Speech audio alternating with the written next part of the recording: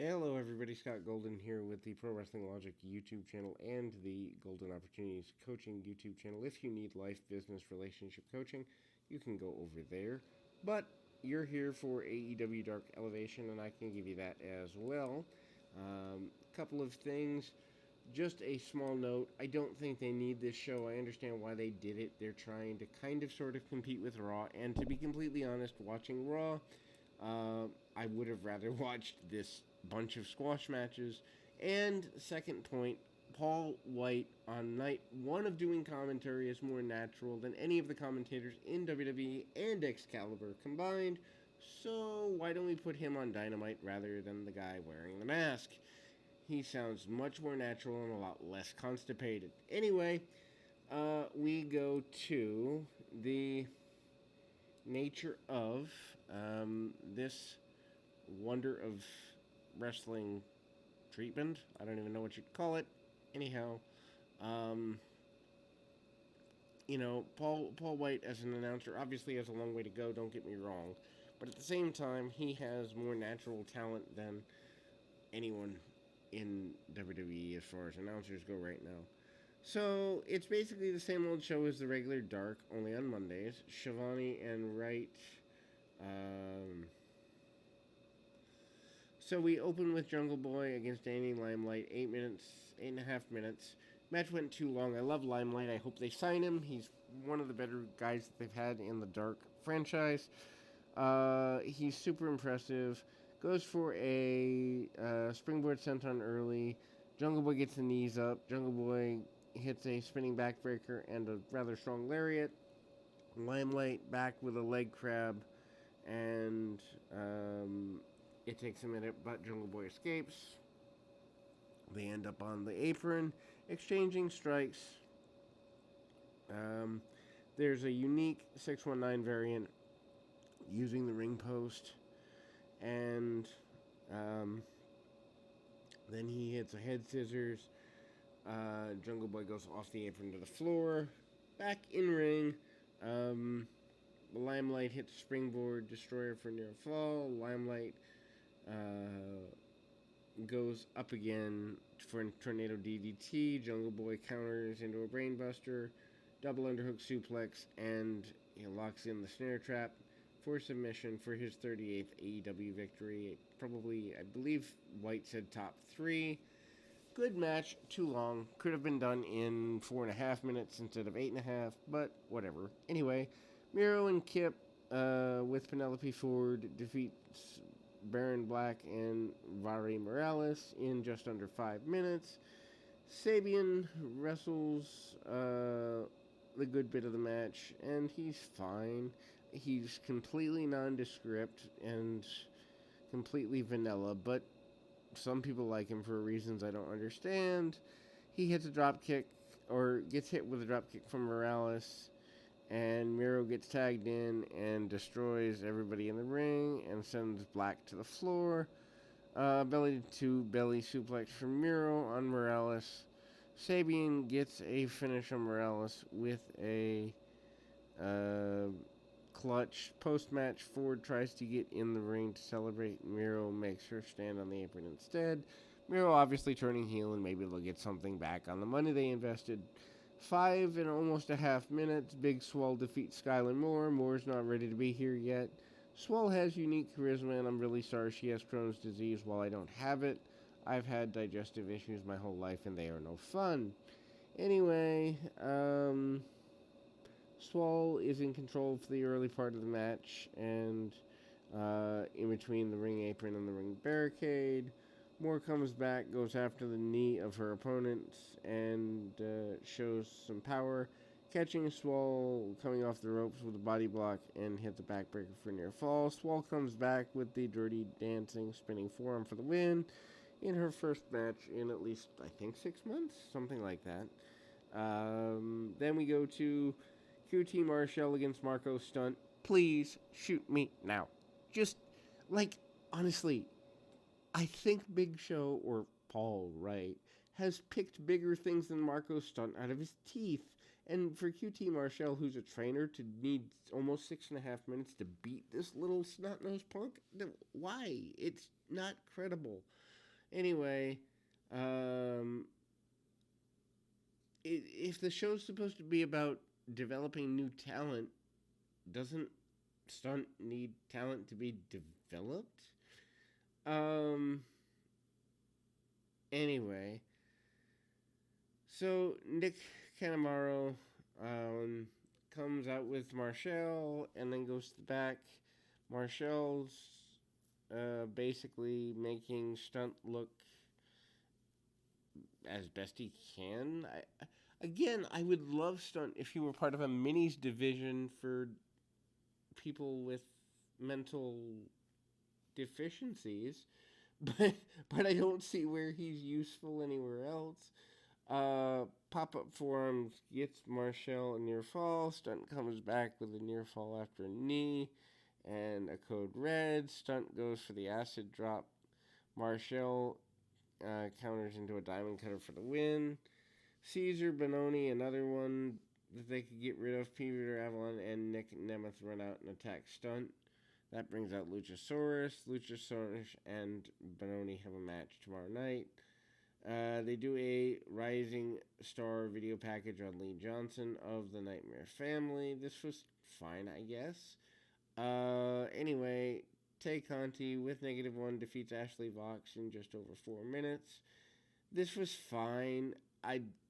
Tay Conti is not a talent that I really enjoy, but she is improving at a rapid rate. You gotta give credit where it's due. And match is certainly a brawl on the floor. Conti hits Vox with a backbreaker on the floor. Ouch. Conti hits pump kick and a running knee in the corner. And a hammerlock DDT gets a win. And the -1 argues that he gets to raise the hand of Tay Conti. What would be awesome is if they turn that into like his first crush. That'd be phenomenal. That'd be fun. Anyway, Matt and Mike Seidel defeat Joel Nelson and Royce Isaacs. Isaacs has been part of the NWA brand, which is returning, and I'll hopefully cover them if my fight app decides to work, because it only works part of the time. Anyway, so the Seidel brothers win with lightning spiral taps from the Seidels. It was fine. Red Velvet and Danny Jordan in a match that's 3.5 minutes. Why do they go this long with these shows? Velvet's first match sends her a mixed tag with Cody, with Shaq and Jade Cargill. Bulldog, a standing moonsault from Velvet, gets a near fall, and just desserts Claymore kick-esque move gets a win for Velvet. This was fine, but does it need to be in a show that's already gone this long? Seidel brothers come out and they are interviewed. Why didn't we do their interview right after their match? That would have been smart. Alex Marvez, otherwise known as Dry Pumpernickel Toast, comes out to interview them. Michael Nakazawa comes out. He says Omega and Don Callis. They set up an impromptu match between Nakazawa and Matt Seidel later in the same show, so he gets to wrestle twice. Isn't he special? Put a rose on his nose. If Matt wins, he gets a non-title match with Kenny Omega down the line. And that's if he loses, he gets non-title. If he wins, he gets a title match. Why is Nakazawa still there? Oh, yeah, because Omega and friends are so unprofessional, they employ their friends that have very little talent. Awesome. Platinum Max Caster defeats Dante Martin in just under 8 minutes. This is fine, but again, too long. They're both part of tag teams trying to get established. Partners are currently injured. Max Caster is definitely talented. Mat work from both guys. Caster, obviously being smaller, has to be quicker. Martin works the arm and locks on an armbar. Caster gets a near fall cutter and goes to work on Martin's arm. Short arm scissors. Martin avoids a knee drop and an elbow drop and comes back with a clothesline and drop kick. Later hits a dive. Back in the ring, Caster tries to use boombox. Ref takes away. Caster hits Martin with a pop-up low blow. And the below off the top for the win. This was fine, I guess. Abaddon, another gimmick I don't get, defeats Ray Lynn in 3 1/3 minutes. Match goes to the floor. Abaddon dominates early, hits Lynn with a clothesline, and gets nailed with a rock bottom. Hits the cemetery drive finish on Lynn, sends her home. Powerhouse Hobbs with hook defeats Brandon Cutler in 2:35. Hobbs I like, Cutler I do not. Cutler has a job because he's friends with the Bucks. Now that you're up to speed, Cutler gets maybe 30 seconds of shine, gets a near fall off a springboard forearm, but comes off the top of the crossbody, and Hobbs catches him and drops him with the town business, gets the win. Surprised that Taz isn't out there with Hobbs, but anyway. Diamante defeats Lila Gray. Did we book this show just to have too many women's matches? If we did, good job. Just under 4 minutes, Diamante dominant throughout. She hits the three amigos suplexes, sends Gray's legs into the turnbuckle. Diamante hits the code red for the win. Isn't that like the third one of those we've seen in this broadcast? Anyway, Butcher, Blade, and Private Party. So this is another 8-man. Why do we do these? We want to be New Japan, because New Japan's where all the smarks go. Oi! Anyway, they're out there with the Bunny and Matt Hardy. Bunny, obviously much better looking, defeats Dean Alexander, I think I've seen once before. Carly Bravo, I think I've seen once before. Brick Aldridge, I think I've seen once before. And David Ali, I know I've seen more than once before. Apparently they're wearing Nightmare Factory t-shirts to basically show that they go to Power Plant Light. Aldridge gets dumped to the floor with a big clothesline. Anyway, Butcher goes, Hardy and the Bunny laying some cheap shots along the way. Ali gets a hot tag, and then there's a power slam by the Blade, near fall. Ali gets nailed with the suplex powerbomb combo. Butcher and Blade get the win. My gosh, this show feels long. Hardy's team has a match on Dynamite with the Jurassic Express and Bear Country come Wednesday. Matt Sydal defeats Michael Nakazawa in 2 3/4 minutes. Nakazawa is dressed in khakis and AEW gear and a headset. Sydal pulls his pants down and hits him with a kick, wins the match. Sydal earns a non-title match with Omega. Thought it was title match. Guess I was wrong somewhere along there. Omega runs down, attacks Sydal, declares the match being right now. Omega gives Sydal one-winged angel for the win. Tony Khan comes out. He says that wasn't what he agreed to and makes the match for Dynamite on the 24th of March. Why do we need Tony Khan on the B show, C show, D show, whatever we have here? Riho returns with Marky Toich, whatever the heck her name is. I'm not impressed. Anyway, 11 minutes. Toich moves early. Riho sends her into the buckle, but there's a no-sell. And then Riho comes back with a 619 crossbody off the top. Hits a near fall. Riho hits a Northern Light suplex.